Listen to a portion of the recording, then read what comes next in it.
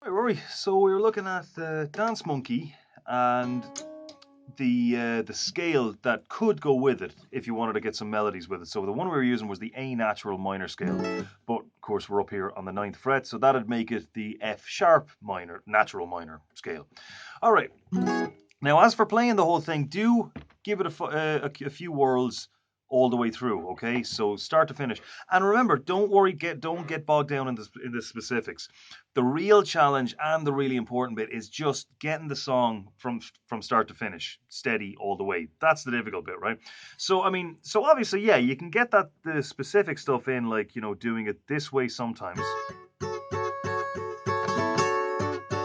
So we got that strum pattern, or the 1 2 3 1, the syncopated one. So 1 2 3 1 2 3 1 2 1 2 3 1, like that. So you can take all of that stuff into account for sure. But remember, don't worry about it. As long as you're keeping it going, the rhythm, the chords, that stuff is non-negotiable, right? You have to stay with the rhythm, and you have to do the chords.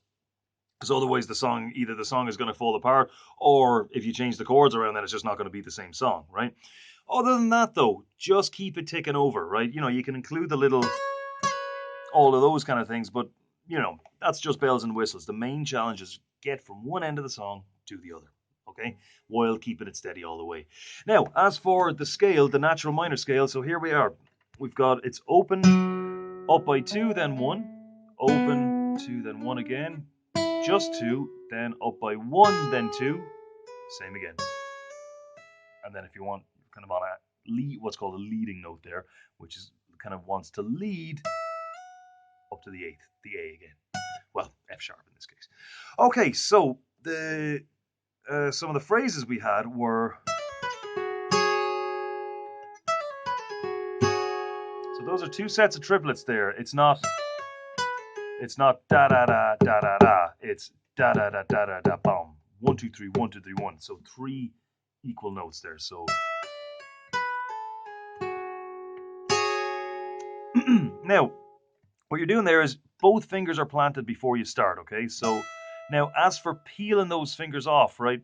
You don't necessarily want to just do it with the finger, that especially here, that can kind of get a bit awkward. So what you need is a sort of a bit of a wrist turn to really peel it off the string to get a good snap on that pull off. Okay? And same again. And again, don't worry about hitting that open string. That's in the scale anyway, so it's not going to sound like a mistake or anything, right? So we've got, and then just popping the open two there, so the two open strings. Okay, that was one of them. Another one was, so that's first fret, second string pull off, second fret, third string pull off. Then we're hitting the second fret, fourth string, and then basically just getting an E minor chord there because it's sort of like from here down, E minor. Or in this case, because again we're up on the ninth fret, that's going to be a C sharp minor. Okay. Then you got a really nice one, very serious kind of sounding one there, right? So we had the same pull off as last time, the second one on the second string, third fret. We'll call this the third fret just because we're capping it up. So third fret, pulling off to the first fret, pulling off to the open, third fret on the D string, which is where that kind of interesting note is, that sort of tension, right? Come down to the second and then down a string.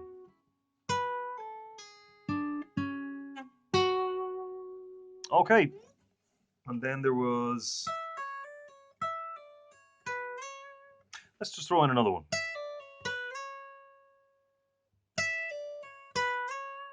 Okay, so there's that same pull off again. We've done that before.